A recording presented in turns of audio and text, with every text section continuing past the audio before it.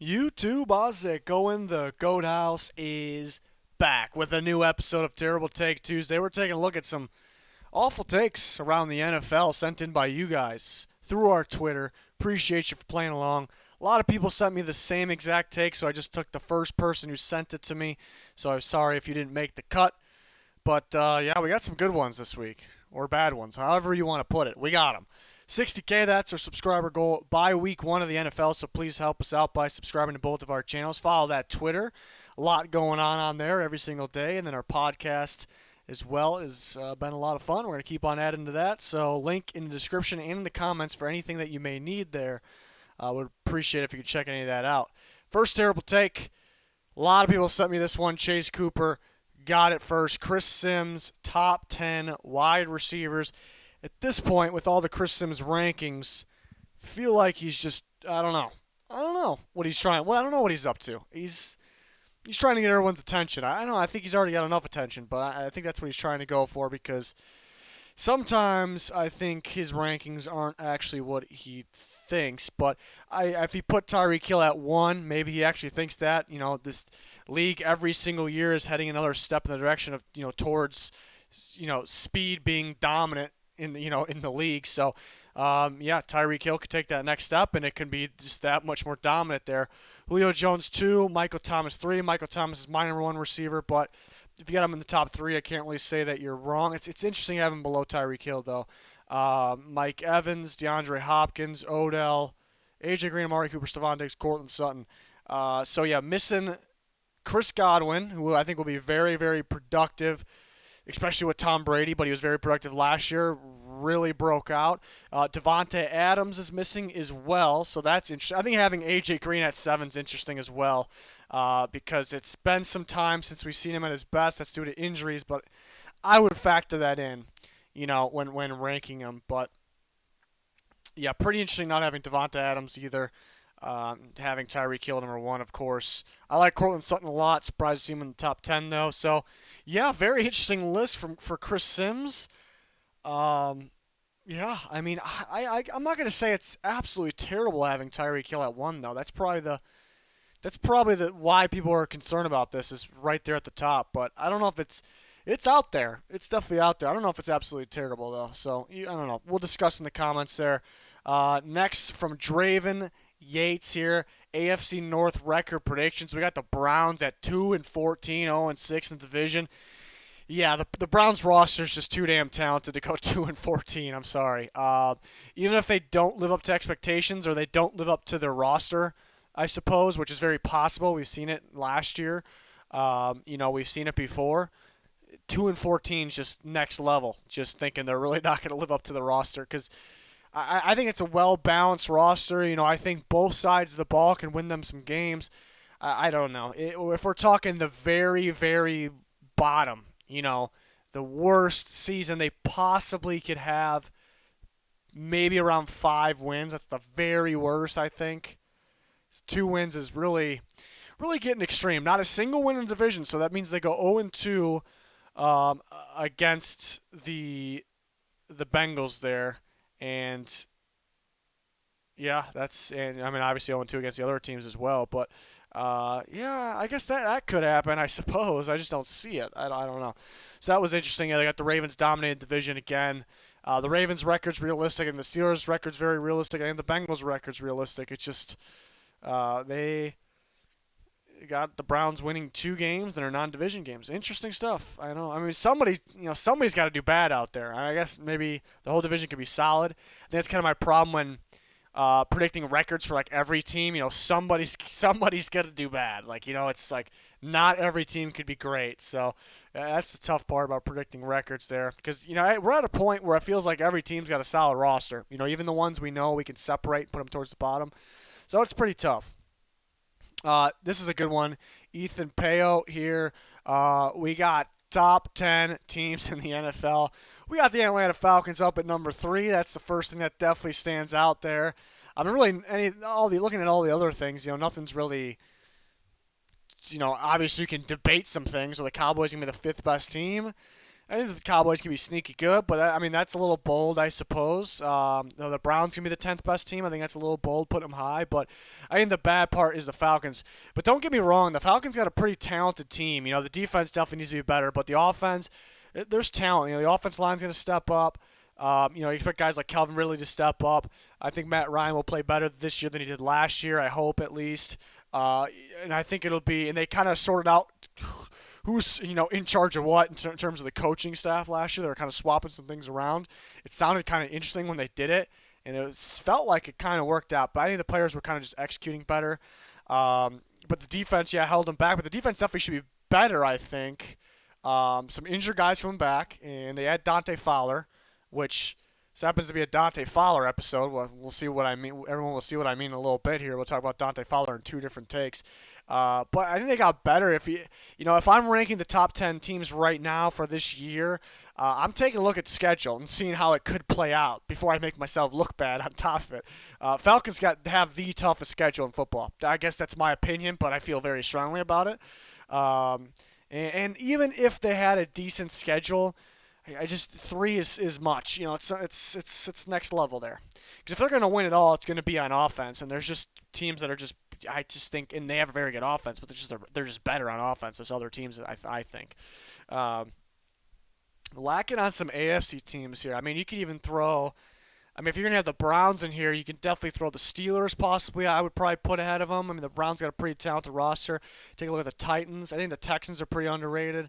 I think the Broncos could be sneaky. The Bills probably should be in here too, perhaps. Bills are, I don't know. I think they're kind of sleeping on some of the AFC teams there. I think the AFC's it's been pretty damn good. I think it's going to continue to be. Next, we got from Cameron Sullivan, quarterback rankings by the end of the season. So they're predicting basically what's going to happen at the season, and the way we're going to be ranking him after the season is basically what he's doing here. Dak at 4 is bold. I won't call it terrible. It's bold.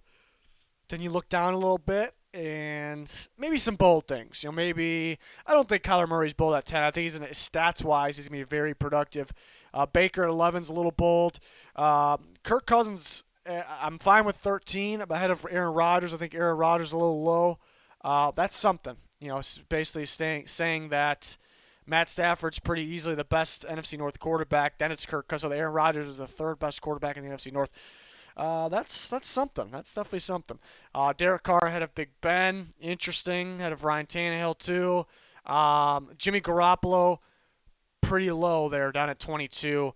Trubisky, they went with Trubisky over Foles, which, with the lack of no preseason and the lack of preparation, I guess, maybe Trubisky does start week 1. It's starting to, even though at one point I thought there was no shot, now it's starting to feel like there's a shot, even though in my mind there's no question about it that Nick Foles is better. But so I don't know if this person's predicting Trubisky in there and not Foles because he thinks he's going to play or because he thinks he's better, so that would be interesting to know. But what's terrible to me is having Trubisky ahead of Jared Goff all the way down at 25, Phillip Rivers, Drew Lock. I think those guys are for sure better than him. Jared Goff's low. I mean, bad year last year. Offensive line's to blame as well. That's just too low. He's got more talent than 25. So interesting list for sure. Another one from Chase Cooper here. We got most overrated player on each team. So, there's some that you definitely can debate. Like, I don't know if, some of these guys are overrated or not. Like, I think Kyle Rudolph's a pretty random one. I don't know if anybody's hyping up Kyle Rudolph there. Andrews Pete's kind of a random one, too. But you get to Dante Fowler Jr. and I think Teddy Bridgewater, in my opinion. These guys, I just don't know in what world they're overrated. Maybe they think Teddy Bridgewater got a little bit too much money. They don't really trust them. As a player in terms of his talent, I just don't know what world he's overrated. But Dante Fowler, I think, is on the underrated side. I think Dante Fowler's on the underrated side. I think he's very productive. I think he's getting better.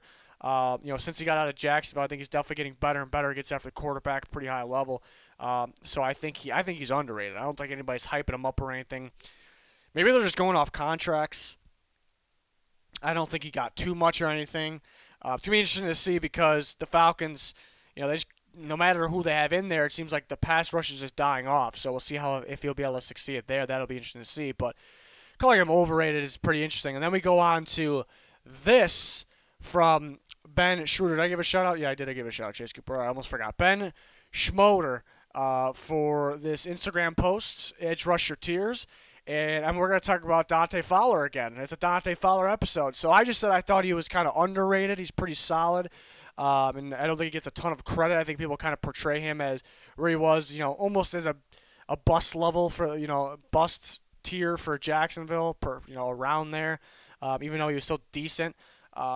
So I think that's why he's underrated. But I am no way calling him elite, and this person is calling Dante Fowler Jr. elite. So that's interesting for sure.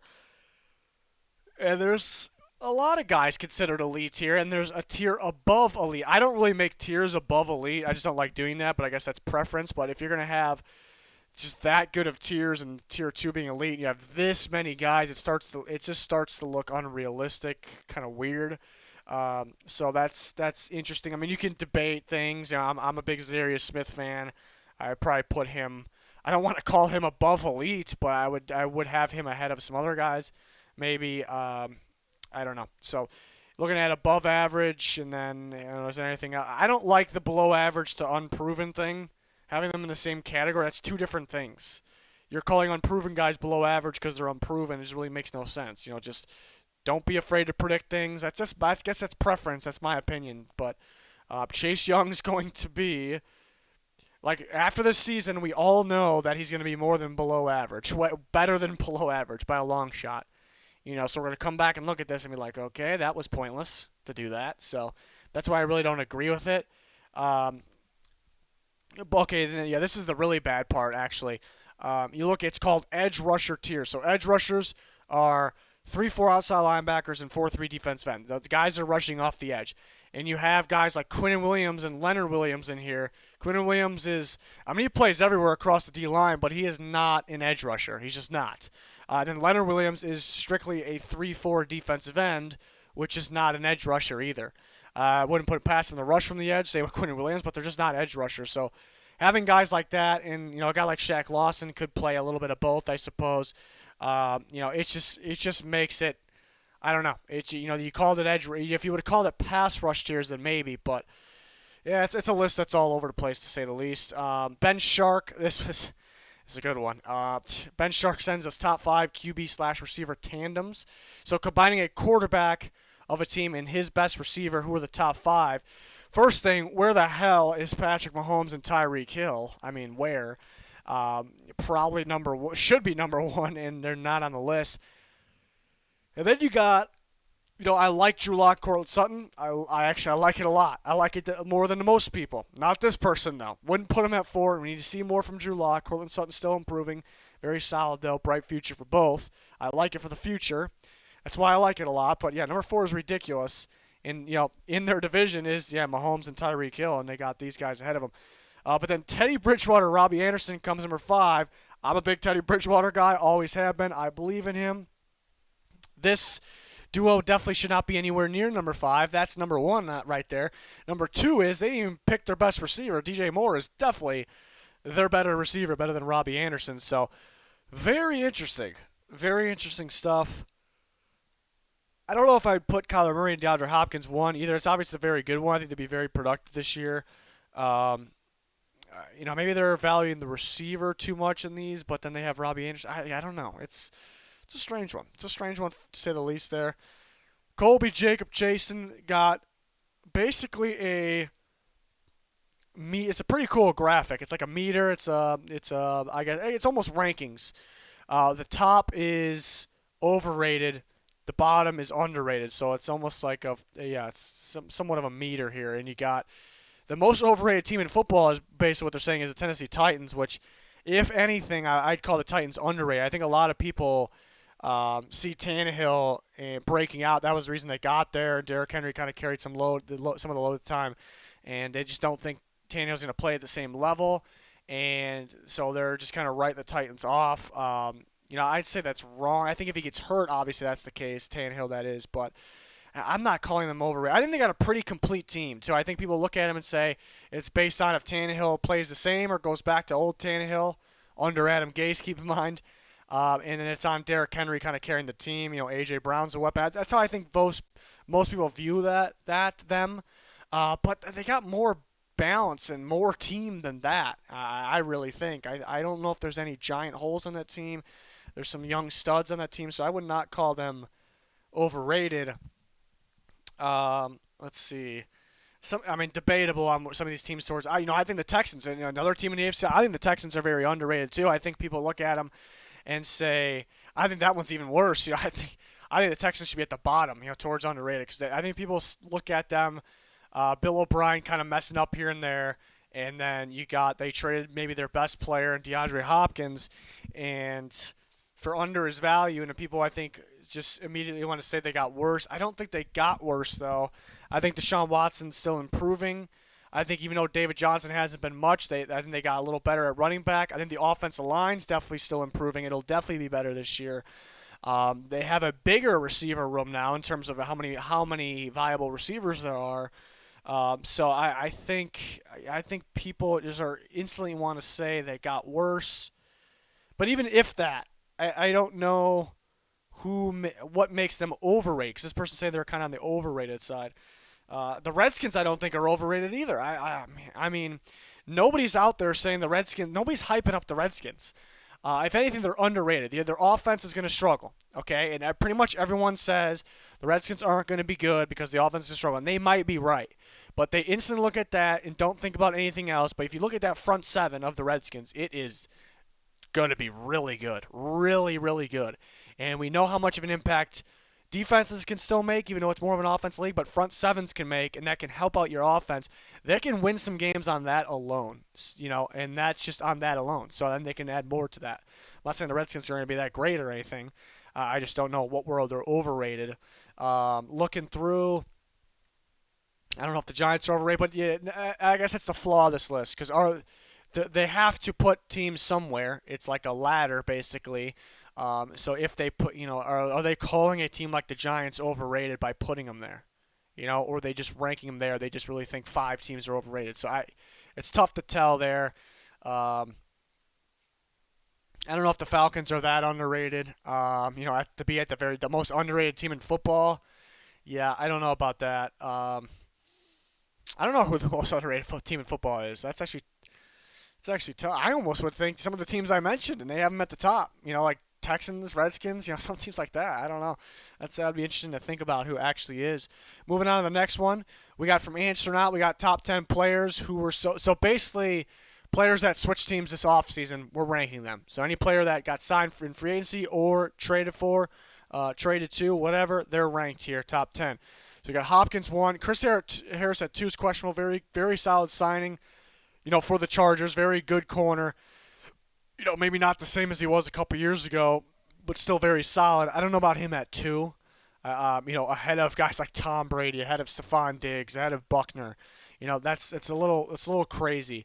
And speaking of those guys, I think I would put Stephon Diggs higher on this list, or better ranked. I'd put Buckner's a big time player. I'd rank him a little better. Having Robert Quinn as high as 5 is pretty. Good pass rusher.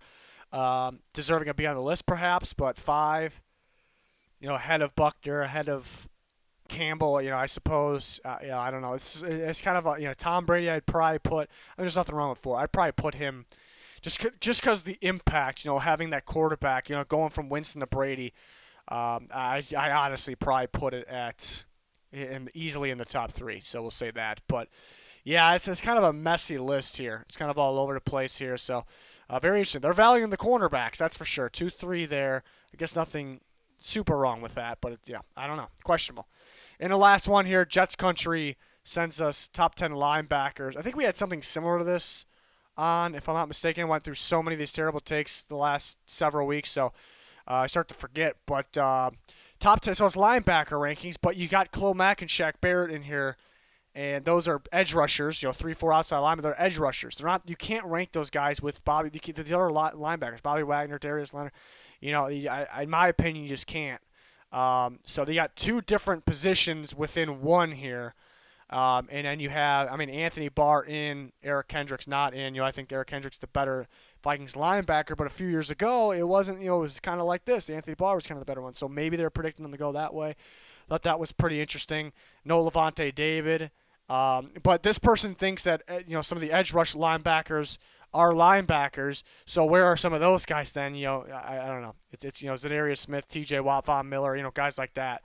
So it's confusing to say the least there. Yeah, I think some people kind of have, I guess, different ranking systems, but it's hard to agree with doing something like this. Maybe that's my opinion. But yeah, you guys can let me know your thoughts in the comments. Please smash that like button. Appreciate you playing along with the Terrible Take series. We got all kinds of NFL rankings, predictions on the channel. More to come. Full coverage in season. So please subscribe. Click that like button. Turn notifications on. But that will do it for this one. Thanks for watching. Goodbye.